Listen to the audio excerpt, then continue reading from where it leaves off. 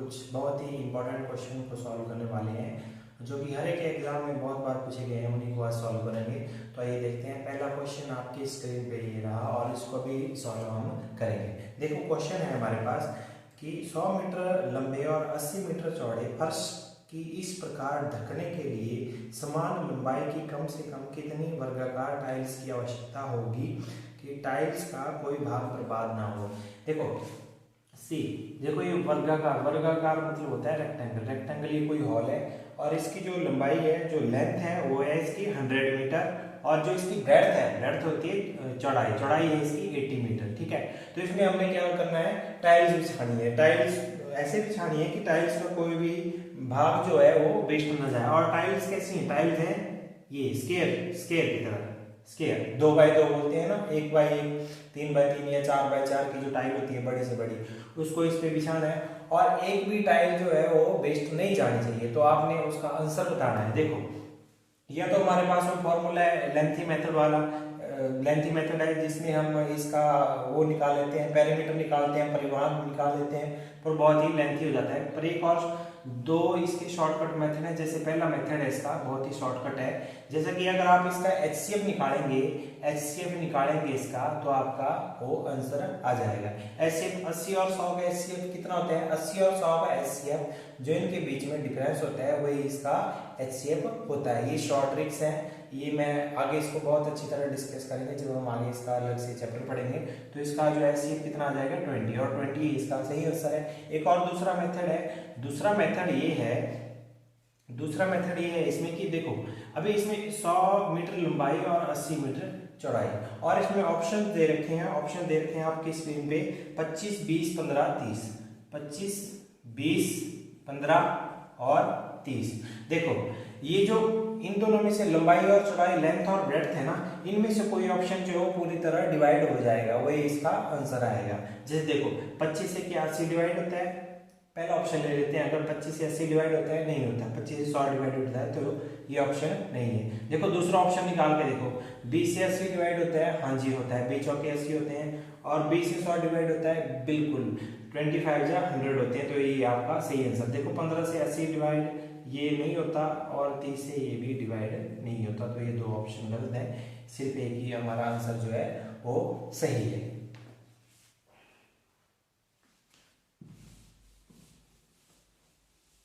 तो इसी के साथ अब अगला क्वेश्चन पूछा है इसने। अगला क्वेश्चन में बोला है इसने, अगला क्वेश्चन आपके स्क्रीन पे है।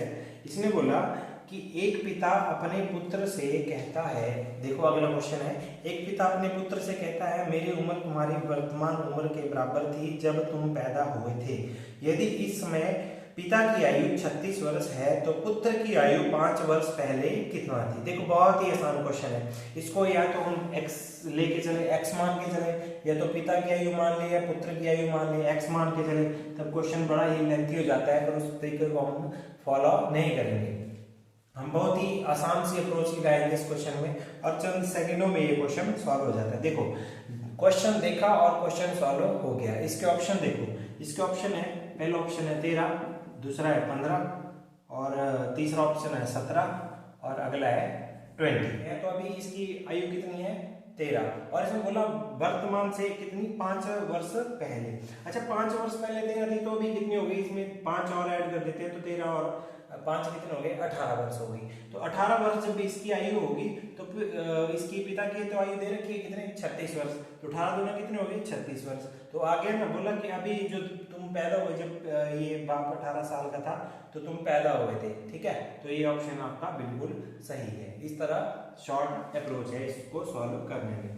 देखो ये बहुत ही आसान अप्रोच है और ऐसे आप अगर सॉल्व क्वेश्चनों को अच्छी तरह समझेंगे तो इसको आसानी से सॉल्व जो है कर पाएंगे। ठीक है, तो नेक्स्ट क्वेश्चन की ओर बढ़ते हैं। अब इसने आगे बोला है, अगले क्वेश्चन में बोला है इसने ए की आय बी की आय से 40% अधिक है तो बी की आय ए से कितना प्रतिशत कम है। देखो ये ऐसा क्वेश्चन मैंने पिछली वीडियो में भी कराया था, ये ए और ये बी। ठीक है, और इसमें 40% बोला, 40% को आप फ्रैक्शन में लिख सकते हो 40/100। इसको इससे क्या 2 दूनी 4 2 5, इसकी फ्रैक्शन कितनी है 2/5। फ्रैक्शन बनाना मैंने पिछली वीडियो में सिखाया है। तो देखो अब बोला इसने कि ए की आय के किससे अधिक है, बी की आय से अधिक है। ए की आय बी से कितनी अधिक है, 2/5। इसका मतलब आदि अगर बी की 5 है तो ए की बढ़ के ए की कितनी होगी, 7 होगी। ठीक है, ए की 7 होगी। तो बोला कि बी की आय ए से कितनी कम है। देखो अब इसने क्वेश्चन चेंज कर लिया, बोला कि बी की आय कम है ए से, बोलिए कितने परसेंट कम है ए से। देखो कितनी है, अगर इसको 5 रुपए मिल रहे हैं बी को, तो ए को 7 रुपए मिल रहे हैं। देखो कितनी कम है, 2। किस पर से कम है, 7 पर से। मल्टीप्लाई 100, आपको पता ही है। बस हो गया, कितना है, 200/7%। ठीक है, फ्रैक्शन तोड़ लो इसको, जो भी आपका आंसर आ जाएगा। अब चलो, अब आगे नेक्स्ट क्वेश्चन है। नेक्स्ट क्वेश्चन भी एजिस का है। एजिस में इसने बोला कि सलीम की आयु 10 वर्ष है, उसके दादा की आयु 62 वर्ष है। कितने वर्ष बाद उसके दादा की आयु सलीम की आयु से 5 गुना होगी। देखो सलीम है, सलीम अभी कितने साल का है, 10 वर्ष, और उसके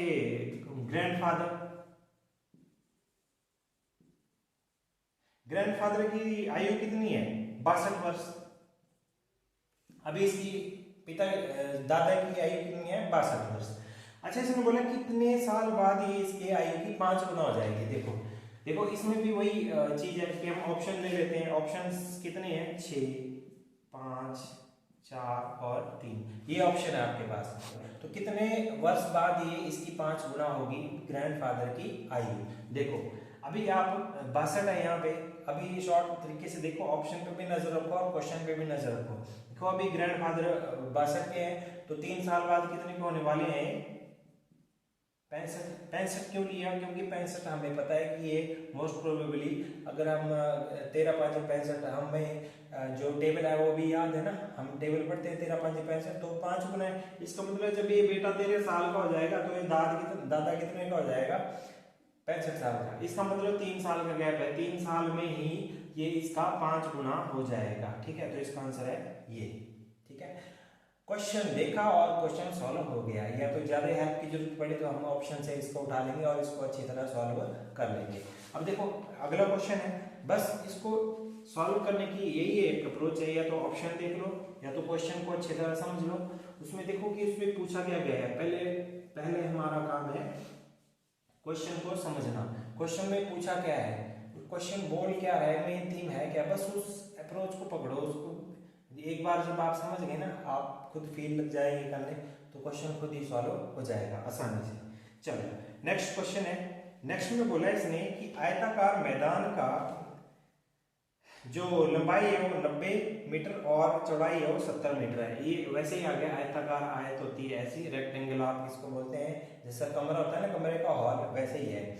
इसमें बोला ये 90 मीटर और ये 70 मीटर। अब इसमें बोला कि इसकी जो 5 बार परिक्रमा करनी, एक आदमी यहाँ से चलता है तो इसमें यहाँ से घूम के और यही काम है वो 5 बार करता है, यहीं पर 5 बार करता है और यहाँ पे हट फिर के वहीं आ जाता है। 5 बार परिक्रमा करने का मतलब 5 बार उसी लाइन पे घूमता है। तो आप समझ गए होंगे कि किसकी बात कर रहा है, पेरीमीटर की बात कर रहा है। पेरीमीटर को हिंदी में बोलते हैं परिमाप। ठीक है, परिक्रमा उसी से लिए गया है। तो देखो परिमाप क्या होता है इसका, 2 × L + B। तो लगा लेंगे यहाँ पे 2 गुना कितना, 90 × 70 कितना हो गया, 2 × 16 है, कितना 16 × 32 320। अब 5 बार परिक्रमा कर रहा है, जब इसका पेरीमीटर एक बार इतना गया तो इसको मल्टीप्लाई कर लेंगे 5 से, 2 5 10, 5 3 15 1 16, 1600 मीटर। अगर आप क्वेश्चन को ध्यान से देखें तो उसमें देखा है 90 × 70, आप क्वेश्चन से समझ आते थे, इसमें पेरीमीटर निकालना था। पेरीमीटर के लिए आप सीधा यहाँ से इसको अलग से कागज पे सॉल्व कर लेते और इसको सीधा 5 से मल्टीप्लाई कर देते। ठीक है, तो इसमें ज़्यादा ना सोचने की जरूरत है, ना तो टाइम वेस्ट करने की जरूरत है। बस देखा क्वेश्चन, ऑप्शन पे नजर मारी और सॉल्व किया और आगे बढ़ गए। ठीक है, तो साथ साथ में इस चैनल को आप सब्सक्राइब भी करते रहे और बाकी बच्चों से भी करवाएं आप लोग, इसको सब्सक्राइब कराएं हमारे चैनल को, अपना चैनल है जो। ठीक है, यदि आपको अच्छी तरह समझ आ रहा है। ठीक, अच्छा अगला क्वेश्चन है, यदि आपकी स्क्रीन पे यदि A 16 B 15, बोला यदि A 16 और B कितना है 15 है, तो बोला A square plus B square plus A B upon क्या A cube minus B cube. देखो इन क्वेश्चनों को करने में या तो हमारे पास ये तरीका है कि ए की वैल्यू 16 दे रखी है, बी की वैल्यू 15 दे रखी है, इनको पुट कर दो, ए की जगह ए लिख दो, बी की जगह बी लिख दो, ए बी की जगह ए बी जो भी वैल्यू दे रखी है, मल्टीप्लाई करते कैलकुलेशन करते करते इसको सॉल्व करना एक डिटेल मेथड है। लेकिन इसको शॉर्टकट देखो कैसे करना। जब भी आपको ऐसा लगता है ना, देखो इसके नीचे हमेशा मेरे पास के लिए होता है, ये हमारे पास फॉर्मूला होता है, फॉर्मूला ए क्यूब माइनस बी क्यूब का फॉर्मूला क्या होता है हमारे पास, इसका फॉर्मूला होता है ए माइनस बी, किसका अलग से लिख देता हूं मैं यहाँ पे, A cube minus B cube का फॉर्मूला होता है A minus B into A square plus B square plus A B.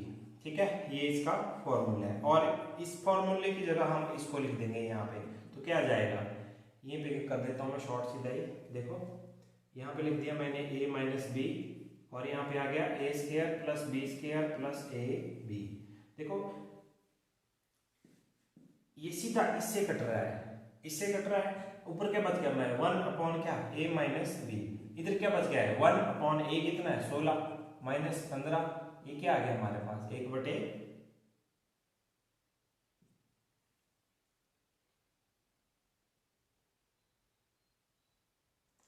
Sorry यहाँ पे 5 था, 5 था यहाँ पे। ठीक है, 16 माइनस 5 कितना है 11, इसको करेक्ट कर लेना आप। ठीक है, स्क्रीन पे आप मैंने सॉरी छूट गया यहाँ पे, पर मेन यही था समझना इसको कि ये जो भी फॉर्मूलाज होते हैं उनको आप अच्छी तरह से समझें, बहुत ही आसान होता है।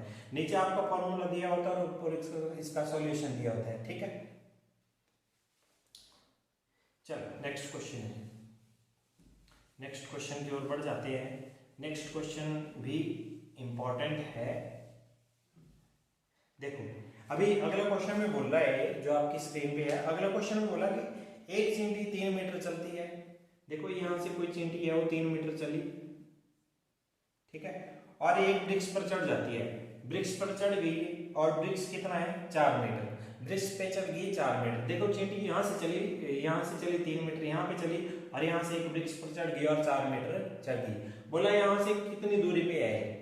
कई बच्चे क्या करेंगे, कई बच्चे इसको 3 जमा 4 और 7 कर देंगे और 7 क्या होता है गलत। देखो यहाँ से कितनी दूरी पे है, देखो आपने पाइथागोरस प्रमेय पढ़ा हुआ है बचपन में स्कूल में, और उसको यहीं पे लगाते हैं। जैसे ये हुई इसकी दूरी प्रॉपर, इतनी दूरी पे ना, यहाँ से अगर आप इसको सीढ़ी लगा देंगे तो इतनी दूरी लगेगी ना, ऐसा तो नहीं कि वापिस आने का यही रास्ता, ये भी तो है वापिस आने का रास्ता। ठीक है, तो प्रमेय लगा लेंगे, क्या होता है वो कर्ण कवर का आधार कवर जो भी है आपने पढ़ा हुआ है अच्छी तरह, वो क्या होता है यहाँ पे इन दोनों का जो स्केयर होता है वो इसका अंडर रूट होता है। जैसे 4 का स्केयर हो गया 16 और इसका स्केयर हो गया 25, 25 कितना हो गया 25 का अंडर रूट कितना होता है 5, तो ये कितनी दूरी पे है 5 मीटर की दूरी पे है। यहाँ से चींटी पेड़ की ऊंचाई से चींटी जहाँ से चली थी वहां से कितनी दूरी पे है 5 मीटर की दूरी पे मात्र।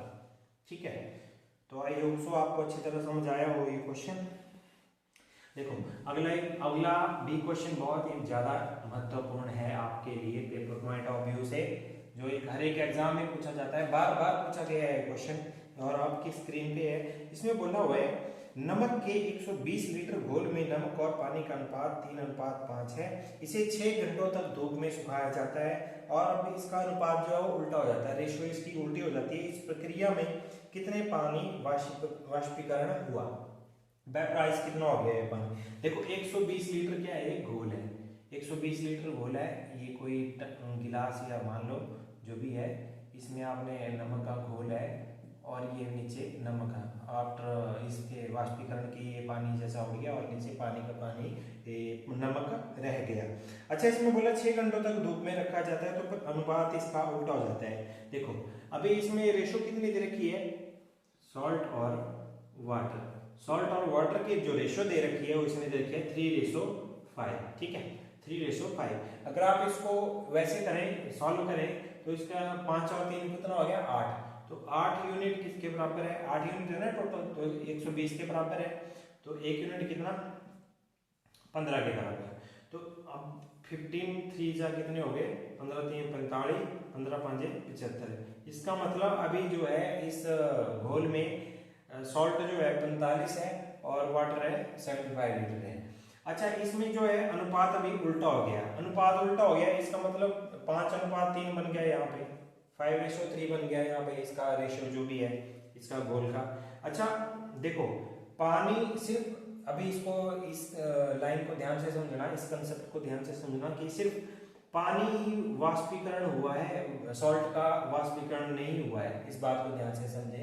जब इसका रेशो उल्टी हो गई ना तो सिर्फ पानी इवेपोरेट हुआ, नमक वैसे का वैसे ही रह गया। तो ठीक है, तो 5 9 जा कितने हो गए यहाँ पे, 5 9 जा 45, ठीक है, 5 9 जा 45, तो 3 को भी 9 से मल्टीप्लाई करना पड़ेगा, 9 3 27।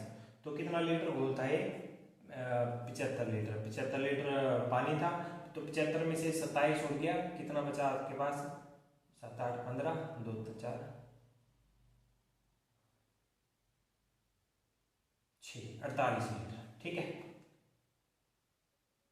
48 लीटर इसमें घोल समझा। देखो फिर से समझ लो एक बार कि 120 लीटर घोल था, इसमें सॉल्ट था, रेशो दे रखा था 3:5, इसका मतलब 45 लीटर आपका सॉल्ट और वाटर कितना है 75 लीटर। अब इसमें जब 6 घंटे तक इसको वाष्पीकरण होता रहा है तो इसमें जो रेशो दे रखी है 3:5, ये 5:3 बन जाती है। पर वाष्पीकरण होने के बाद सिर्फ सॉल्ट वैसे का वैसे रह जाता है, पानी जो है वो कम हो जाता है। तो इसको इसलिए हमने रेशो 5 नए 45 की 9 यूनिट पे बदला, तो 3 नए कितने हो गए 27। इसका मतलब 27 लीटर पानी इवेपोरेट हुआ। तो 75 लीटर पानी पहले था, 27 इवेपोरेट हो गया, तो कितना बचा है 48 लीटर, जो कि आपके क्वेश्चन में पूछा हुआ था। Okay guys, I hope so आपको अच्छी तरह ये क्वेश्चन समझ में आए होंगे। आप इनको उतारें, कॉपी पे नोट करें, कंसेप्ट को समझें जैसे आपको बताया गया, और उसी कंसेप्ट को और क्वेश्चन में लगाने का प्रयास करें। और घर पे रहें, स्वस्थ रहें, व्यायाम करते रहें, योगा करते रहें, और अपने घर के बुजुर्गों का जरूर ख्याल रखें। इसी के साथ फिर से मुलाकात होती रहेगी। जय हिंद, जय भारत।